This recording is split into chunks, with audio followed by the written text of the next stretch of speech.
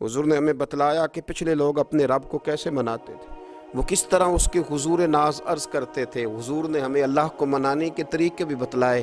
फरमाया जब माँ बाप दुआ मांगेंगे औलाद के हक़ में तो वो मान जाएगा। हुजूर अलैहिस्सलाम ने फरमाया जब मुसाफिर दुआ मांगेगा तो अल्लाह मान जाएगा। फरमाया मेरे रसूल करीम ने कि जब बीमार दुआ मांगेगा तो अल्लाह मान जाएगा।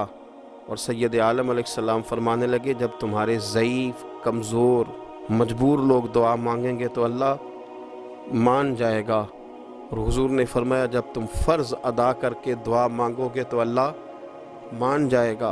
और मेरे महबूब ने फरमाया जब पिछली रात उठ के तुम उसके हुजूर अर्ज़ करोगे तो वो तुम्हारी दुआओं को कबूल कर लेगा, वो तो मान जाएगा। और हुजूर ने हमें दिन बताए, फरमाया जुमे वाले दिन मांगना मान जाएगा, शब कदर को मांग लेना मान जाएगा, शब बारात में दुआएं करना वो मान जाएगा, रमज़ान की रातों में मांगना मान जाएगा, कुरान पाक के ख़त्म के मौके पर दुआ करना मान जाएगा। तरीके बतलाए।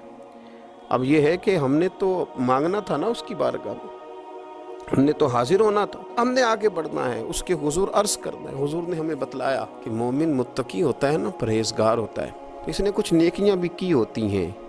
जिस तरह इसे अपने गुनाहों का पता होता है ना, तो इसे पता होता है कि नहीं यार फ़लाँ काम मैंने फ़कत अल्लाह की रज़ा के लिए किया हुआ है, वो मेरा और मेरे रब का राज है। फरमाया जब तुम बड़े उलझ जाओ ना, जब तुम बड़ी आजमाइश में आ जाओ और जब तुम समझ लो कि अब मैं बड़ी तकलीफ में आ गया हूं, तो फिर एक तरीका हुजूर ने हमें और भी बतलाया मांगने का, एक और तरीका भी बतलाया।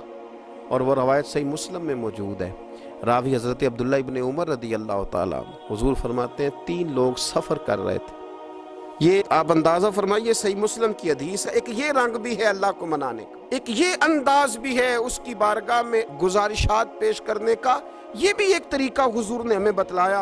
अगरचे अपनी नेकियों को छुपाना चाहिए, नेकियां जो छुपी हुई होती हैं वो कीमती होती हैं। हज़रत अब्दुल्ला इब्न उमर फरमाने लगे कि नबी पाक सल्लल्लाहु अलैहि वसल्लम फरमाते हैं 3 लोग सफ़र कर रहे थे, रस्ते में तूफ़ान आ गया, तेज़ बारिश शुरू हो गई, तो हुजूर फरमाते हैं वो तीनों बारिश से बचने के लिए एक गार में छुप गए। उनको पता है पुराने ज़माने के अंदर गारें होती थीं और लोग जब सफ़र करते थे लंबे तो पत्थरों और पहाड़ों के बीच में से सफ़र करते थे। वो गार के अंदर चले गए। अब चूँकि तूफ़ान बहुत ज़्यादा था, जब वो गार के अंदर चले गए तो अल्लाह के प्यारे हबीब सल्लल्लाहु अलैहि वसल्लम फरमाते हैं पत्थर ऊपर से लुढ़कता हुआ आया, आके उसने गार को बंद कर दिया। इतना तेज़ और इस मजबूती के साथ वो पत्थर लगा और इतना सही फिट हुआ कि अंदर रोशनी आनी भी ख़त्म हो गई। अब 3 लोग हैं, थोड़ी देर तो वो परेशान रहे कि शायद अब कभी बच नहीं सकेंगे, शायद चारों जानिब अंधेरा ही है और अंधेरा ही रहेगा, शायद यहाँ से निकलने के लिए अब हमें कोई रास्ता मुयस्सर नहीं आएगा। वो पहले तो परेशान हुए, फिर कहने लगे यार इस तरह करो, अगर कोई ज़िंदगी में नेकी की है ना तो ज़रा उस नेकी को याद तो करो, और याद करके उस मालिक के हुजूर अर्ज़ तो करो, करीम है कोई आखो शायद मन जावे, कम ततड़ी दा बन जावे, अर्ज़ तो करो।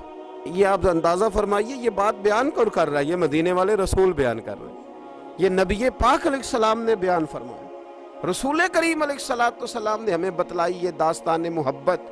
हुजूर फरमाने लगे एक ने उनमें से हाथ उठाए और उसने अंदाज क्या छेड़ा, अर्ज़ करने लगा अल्लाह तो जानता है ना मैंने बकरियां रखी हैं, मैं गरीब हूँ, मजदूर हूँ, और मालिक तो ये भी जानता है कि मेरे बच्चे भी हैं, बीवी भी है, पर मैं जब भी घर लौटा हूँ तो दूध मैंने बच्चों और बीवी को पहले नहीं दिया, बूढ़े माँ बाप को पहले दिया।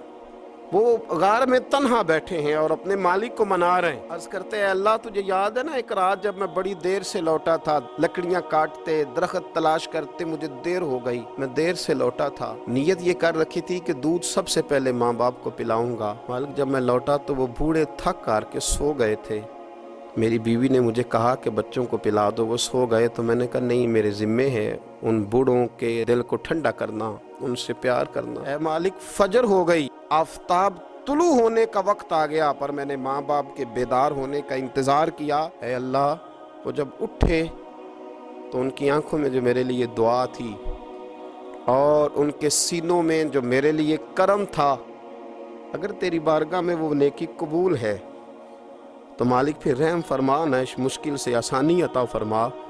सुनो सुनो, रसूल करीम सल्लल्लाहु अलैहि वसल्लम फरमाते हैं کہ اس بندے کی دعا مکمل ہوئی تو پتھر تھوڑا سا سرک گیا اور اتنا سرکا کہ آسمان نظر آنے لگا۔